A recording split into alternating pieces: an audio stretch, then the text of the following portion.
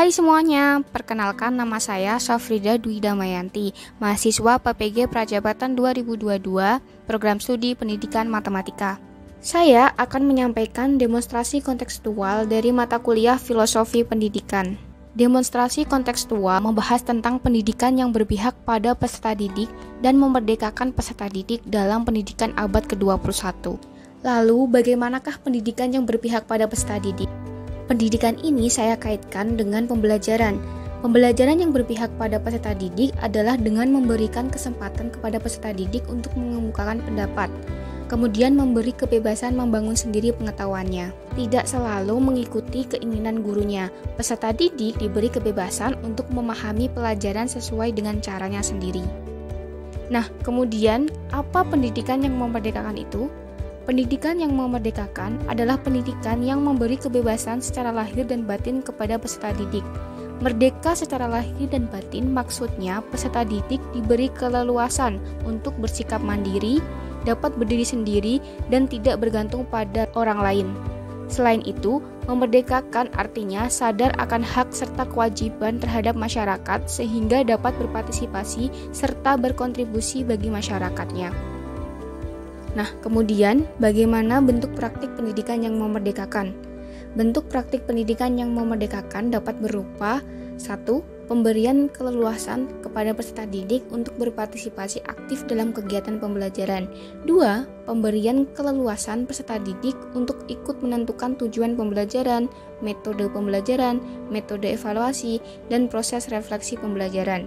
Yang ketiga, lingkungan belajar mendukung inovasi dan kreatif peserta didik. Yang keempat, prinsip sekolah sebagai penghubung dan fasilitator bagi dunia nyata peserta didik. Nah, selanjutnya tantangan apa yang ditemui dalam menjalankan praktik pendidikan yang memerdekakan? Yang pertama, pendidik merasa bahwa melakukan hal-hal yang baru terkait pengajaran itu sangat memberatkan.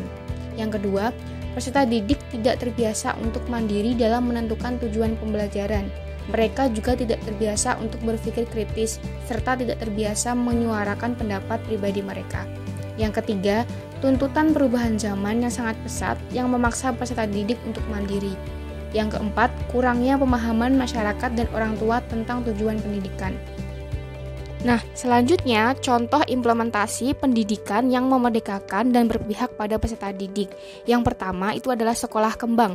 Sekolah kembang adalah sekolah yang berkomitmen untuk membentuk pusat pendidikan usia dini dengan lingkungan belajar yang kondusif, agar anak tumbuh menjadi seorang yang suka belajar sepanjang hidupnya dengan rasa bahagia dan antusias. Yang kedua adalah sekolah Erudio. Nah, sekolah ini adalah sekolah berbasis proyek dan pembelajaran demokratis yang diperuntukkan bagi anak yang memiliki ketertarikan di bidang seni dan sains. Yang ketiga adalah SDN 010 Bongan. Sekolah ini adalah sekolah dasar yang mengembangkan siswa berakhlak mulia, berilmu, bermutu, berwawasan lingkungan yang dijiwai dengan nilai-nilai budaya dan karakter bangsa. Nah, yang terakhir adalah Sanggar Anak Akar. Sanggar Anak Akar ini adalah organisasi yang berfokus pada pendidikan dan perlindungan anak yang mengambil model pendidikan sekolah dengan pembelajaran mandiri berbasis komunitas sebagai model praksis pendidikan humanistik.